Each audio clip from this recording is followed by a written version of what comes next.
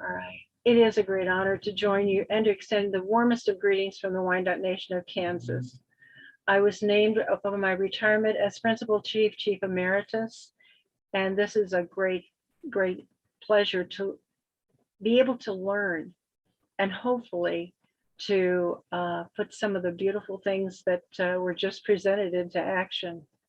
The stories of our families led us through seasons of joy as well as adversity, and we preserve them and share them as a gift to encouragement and hope for those whose experiences and memories echo ours. We recognize through our stories that our cultural worldview of interconnection and interdependence often collide with a familiar pattern of power and control, a me rather than we orientation. We find ourselves adopting unfamiliar norms in order to adapt within a world facing uncertainty, fears, and grief. Pandemic disease, economic and social uncertainty, political unrest, violence, environmental and climate changes, and forced removal are impacting millions of our brothers and sisters around the world.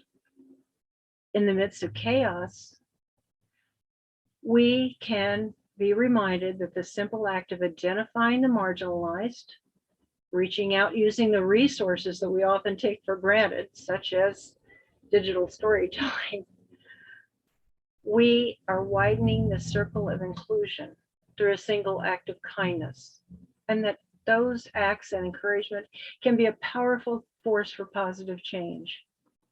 We have shown that acts of respect and responsibilities and efforts to establish rapport can lead to resilience, and I believe is true freedom. The right to a self-determination that is willing to advocate for the rights of others.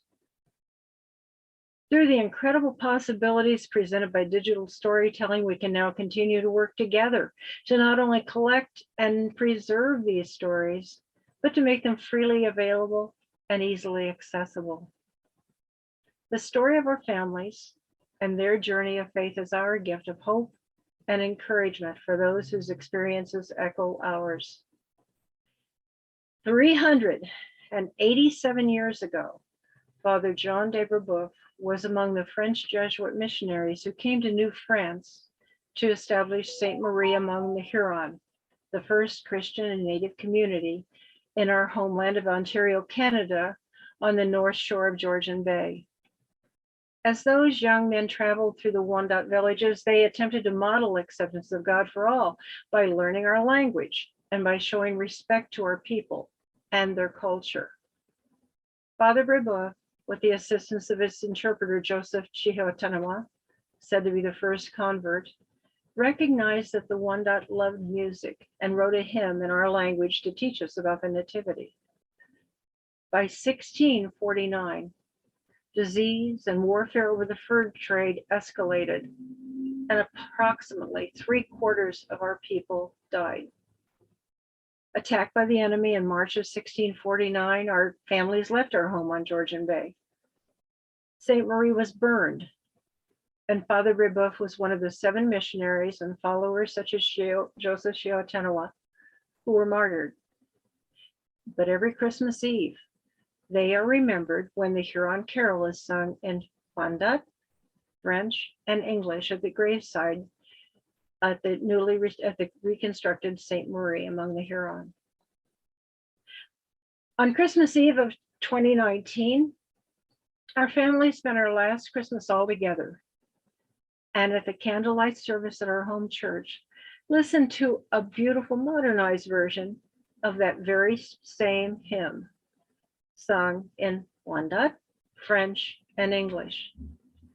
Many of you may have recognized it as "'Twas in the Moon of Wintertime," number 144 in the Methodist hymnal. Wyandot communities have repeatedly been dispersed, but not destroyed. Just 48 years after my 5th great-grandfather, Chief Tarhe, signed the Treaty of Greenville that promised us a permanent home in Ohio, our families reluctantly became the last tribe to leave that state, many traveling by steamboat from Cincinnati, on July 12, 1843. Despite weaving into our story the challenges resulting from war, disease, and disenfranchisement, we can add to our number to the global communities who can also reassure their children that we were dispersed but not destroyed. In 1999, after 350 years of separation, the four nations of our Wyandot conservative from Quebec, Michigan, Kansas, and Oklahoma met on the papal field at Martyrs Shrine in Midland, Ontario, to renew our ancient bond, signing a resolution to reaffirm the Wyandot Confederacy. The next day, following a long process initiated by members of the Huron-Wyandot of Lorette, Quebec, and facilitated by thousands of people who shared their stories, the Royal Ontario Museum in Toronto agreed to release and provide logistical support for the reburial of over 500 of the ancestors that have been stored in file boxes in the basement of the museum to their original ossuary at Assassine. Subsequently, this process was repeated when the remains of even more than 1,000 of our ancestors, taken from 13 burial sites and stored in museums, were returned to our people to be interred in a large ossuary outside of Toronto. We went to that event and it changed our lives. Digital storytelling was a powerful force that impacted the lives of my son and myself. We came full circle. We returned home. And now his remains rest beside many ancestors whose stories he worked to honor and whose burial sites he worked to protect. Thank you so much.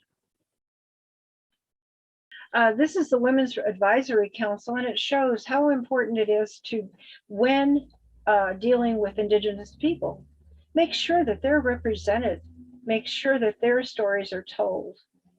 And this is the 8 women from the Confederacy that have been renewed, who all came together and are known as the Daughters of Atansik, and that resulted in 2 books, really, that I referenced in my remarks. And he has been our cultural coordinator for 25 years. It says he recently visited his people's ancestral lands. As he set foot on the ancient paths at the Blue Mountains, he knew instantly he had spiritually and culturally come home. Thank you so much for sharing that. How does qualitative research, if we might call it that, maybe you can, if you don't like that term, tell me. But I think that that's something that, as part of this summit, we're trying to figure out how we can move away from these particular methodologies that have been privileged historically and look at storytelling as a methodology that should be taken as seriously. And so in talking about place, what is it about storytelling that can tell you about a place in a different way than, say, statistics? Place is so important. And this is the story that changed our lives. My son and myself actually came from, was international, from Canada, from the United States, different provinces.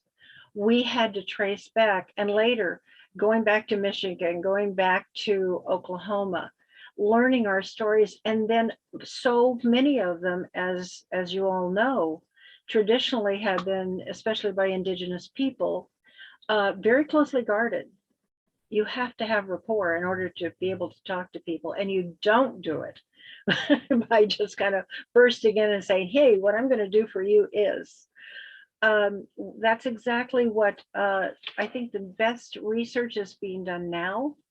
It doesn't have to be a person who is living in that area, but someone who has a story. In our case, believe it or not, I'm not a historian. I don't know how many of you are, but Etienne Brulé in Canada, who was, I believe, was with Champlain when he went to the New France.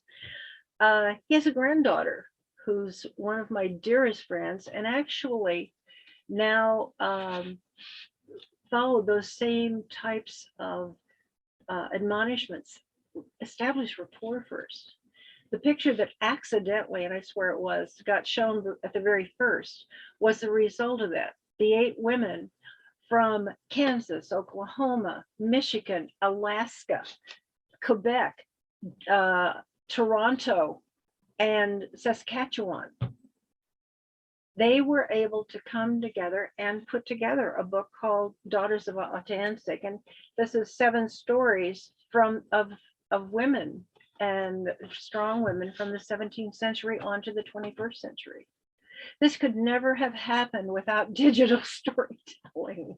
There's no way we could have done it. And to see it rise to the art form that Katina just showed us was inspirational.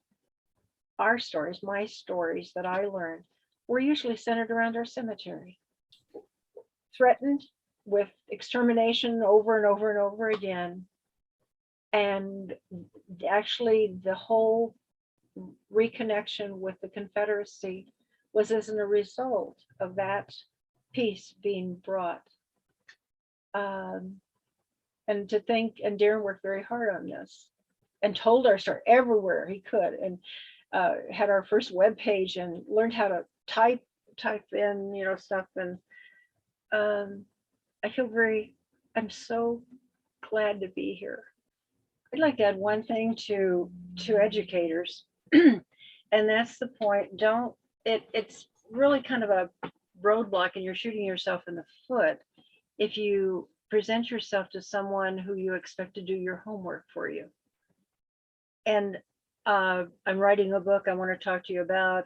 I have this article I want you to help me with. I have this, I have that. I'm sorry, I don't do your home. And I would never say that at all. But I think when you have to, at some point in your life, when you do get a lot of requests and inquiries, you want to see, you don't care how much a person knows unless you know how much they really care.